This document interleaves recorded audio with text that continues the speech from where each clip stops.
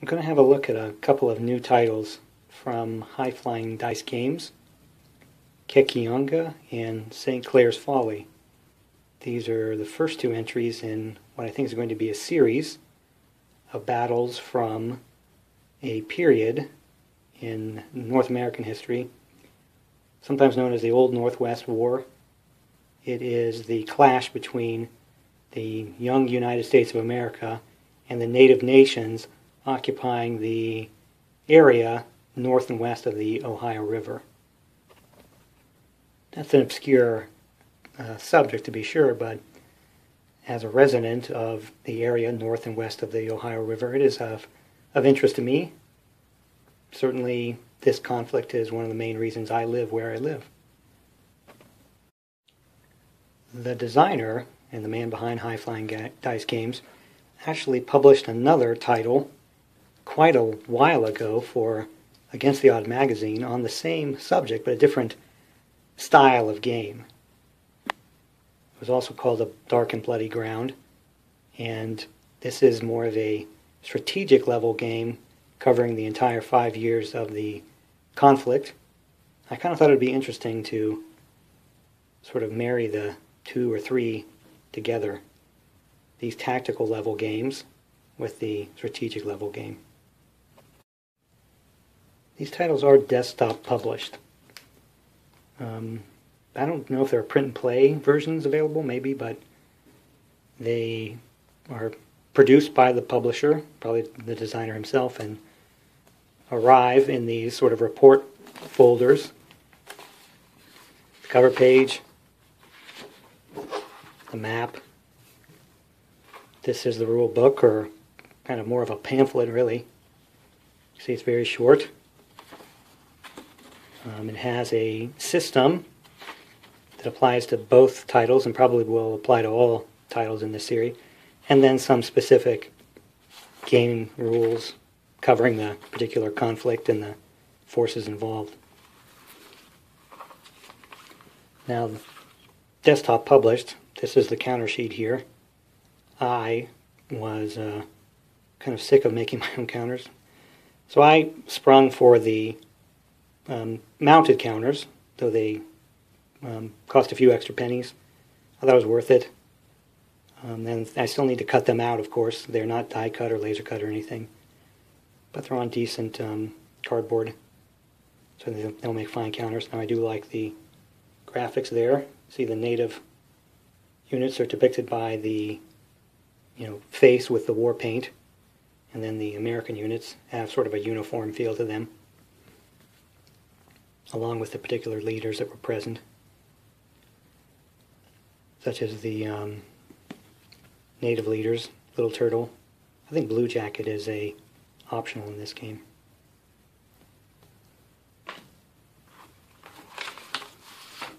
This is the map for Kekionga. It's a very kind of functional, playable map. It's 11 by 17, I think. But the stock is a little heavier than I would expect from a print and play kind of title. If I jump down for a little closer look, that strip of white is actually a river. Maybe you expect it to be blue, but again, this is kind of a stylized map. It has the depictions of the battlefield. In the course of the battle, the American forces will be entering from this end and then striking at the native village here. The basic system for both Kekionga and St. Clair's Folly is one that I think the designer has hit upon and is using for a number of his titles now. And it kind of focuses on gameplay in the sense of the mechanisms of the control of play and the flow of play.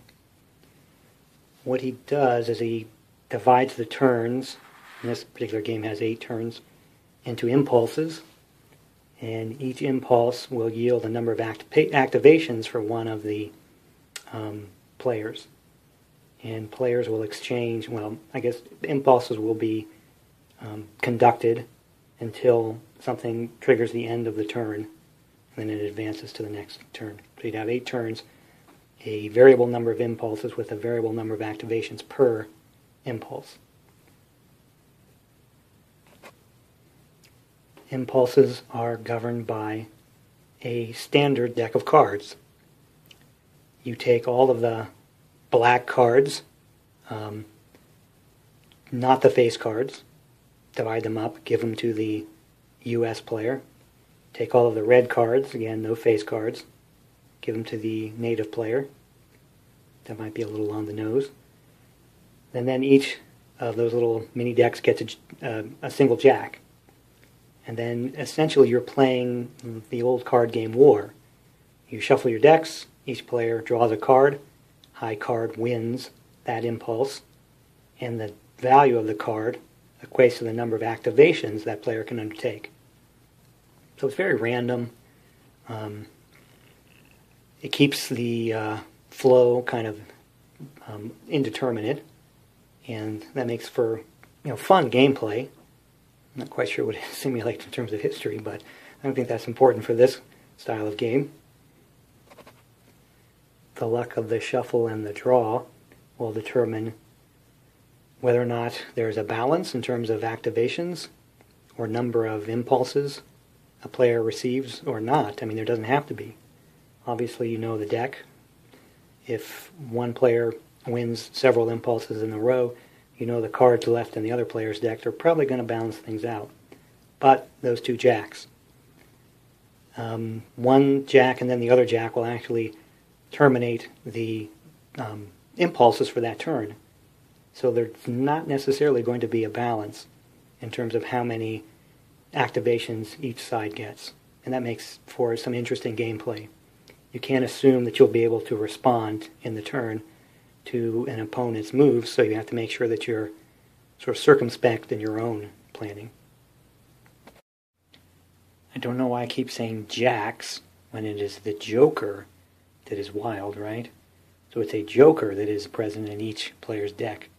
And drawing the joker will do 2 things. One, it'll trigger a random event, and it will also end the impulses for the turn and end the turn. I suppose maybe you may not have multiple jokers in a deck. Maybe a jack will do fine, but the rules read, use a joker. Now, as I said, this can be undertaken with a standard deck of playing cards, but the publisher does offer specific decks with graphics and designs representing this title and in many of the other titles that use the same kind of system. For a nominal fee, I did not spring for those special cards because I didn't feel like it impacted play enough that it would change my experience of the game. But you can get a look at the graphics on the publisher's website. They do look pretty good. This is a tactical game, so the activations allow a side to move units or attack with units, rally units, things like that. Combat is resolved fairly simply with a single 6-sided die with some modifiers, and then compared to the combat factor of the force involved. And then there's a kind of a slow degradation from good order to disrupted to reduced to routed to eliminated. So it actually takes quite a bit of damage to get a unit off the field. But given the potentially very large number of impulses and activations, that actually makes a lot of sense. So even though it's only 8 turns, it's not exactly 8 really fast turns. The mechanics are complicated, but with the large number of impulses and activations, you could be thrashing about on the field for quite a while. I'm not talking days here, just an hour or 2. Victory is achieved through annihilation. You basically have to destroy more of the enemy's forces than you lose yourself. Now, this is a system, and St. Clair's Folly is very similar with the same kind of components, same kind of rule books, pamphlet, and counters, same activation system. The only thing I noticed that's very different is the map. I'm not sure if another artist, I haven't seen a credit for this map, but it's obviously very different to the Kekionga map. This one has a very bright kind of stylized feel, and this has more of a period feel to it.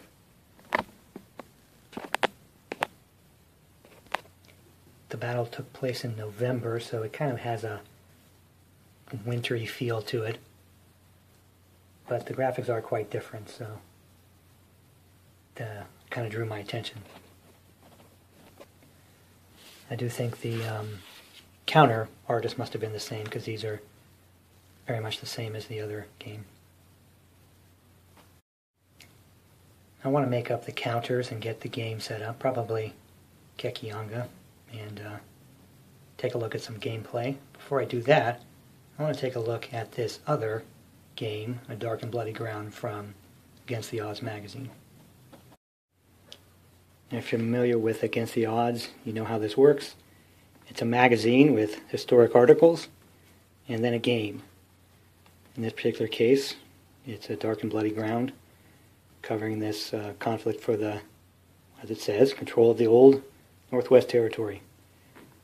But it would have a professionally developed map as well as full die-cut counters, two-sided counters. So the designer of this game and the two new games, Paul Rohrbaugh is his name, also wrote the article that covers the history. And this is pretty rough history. This is, we're used to that, right? This is our hobby. But this is definitely a conflict of conquest and elimination. They wanted to, this new American Republic wanted to settle this new land here to the northwest, in spite of the fact that it had been continuously occupied for thousands of years. The people there did not want someone coming along and taking their land, and thus the conflict. So this title covers the full 5 years. It maps out to 4 turns, 4 seasons per year, and it covers the entire 5 years from 1790 to 1795. It is a strategic kind of game. These are area rather than hex. See, it's a stylized map. It kind of looks like stitching on maybe tanned hides or leather. And the letters correspond to the native nations that were largely present in those areas. Of course, the idea is that the American side needs to push settlers and settlements into this new territory, and the native side must try to eject those settlements and settlers, and then the American army will attempt to defeat the natives. And that's largely how the game will play. So it's heavy on position, gathering up these locations, and for the Americans to just use their overwhelming population to control this territory. And it's up to the natives to use their raids, their pillaging, even atrocities to drive them out. I'll jump down a little closer. See, it is very stylized. This little ribbon, that's the Ohio River.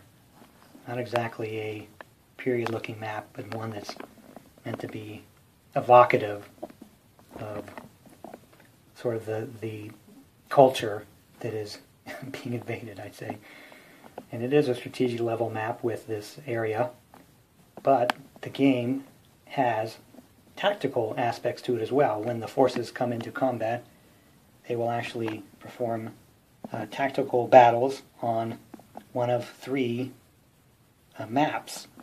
So here's and each of the maps sort of represents a generic type of terrain. So here's one with, they call the Wilderness Battle Map. Another one called the Rough Battle Map. And the third, the Settled Battle Map. And when the major skirmishes occur, they can then be moved off of the main sort of strategic map onto these tactical maps to be resolved. The counters, upside down, represent the forces involved. These are native forces here. See, they're in various colors to represent the different nations involved. And then the American forces, depicting different formations. And there are even Canadian and British forces present that can become involved. Here are those settler counters as well as the villages. These are the things, of course, that the United States player wants to push into the territory in order to pacify and occupy it. And you can even see from the counters here for the native side, a raid with the burning settler wagon, and even an atrocity counter. But that's the kind of war this was. It's an ATO game, so the rules are in the middle of the magazine. And it's not short. It's not like those previous two titles. Because it's a strategic game covering quite a bit of time, there's a fair number of rules to it. But it's not complicated. The sequence of play kind of boils down to strategic kinds of activities. You want to, as the American player, determine the number of settlers you have and then get them placed in the territory. Of course, you have to be cognizant of supply lines and keeping your settlements connected. Then you have these mobilization for both sides. And of course, the gameplay will dictate how strong your capability to mobilize forces is. And there are some tracks on the map to kind of keep track of that kind of thing. These are the native mobilization charts. The idea as gameplay progresses, you will have either better or worse ability to bring forces to bear. And then it goes into a sequence of actions that you can undertake. And those will potentially culminate in battles. Then there's a special phase for native raids to be undertaken. And those are the kind of things that play out over each of the seasons, each of the turns. And again, the object largely is to conquer the area. So that's measured in victory points. The U.S. side gets victory points for settlements, eliminated enemy units, as well as victory in battle. But the most obvious way to win is with settlements. I mean, if they get enough people and occupy enough of the territory, they will reduce the natives' ability to respond and end up, conquering the territory. And for the native, it's the converse. If they can prevent settlements from being established and maintained, and if they can drive down the U.S. commitment to the war, again, one of these tracks down here keeps track of that, they can achieve a victory.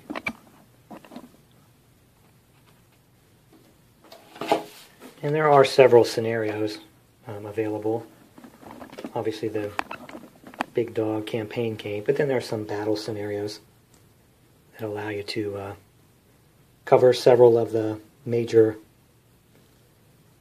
battles that took place during this period. But these tactical battles are actually going to be covered by those other recent tactical games, so I think my main interest is in the strategic game here. I think it gives a lot of context to those other two titles, certainly geographic context and historical context. And here's Kekionga way over here in the west. So I'm going to get some counters made up, get the game set up, and take a look at a little more detail at the gameplay of both the strategic game and the tactical game, culminating in some actual gameplay in the next installment.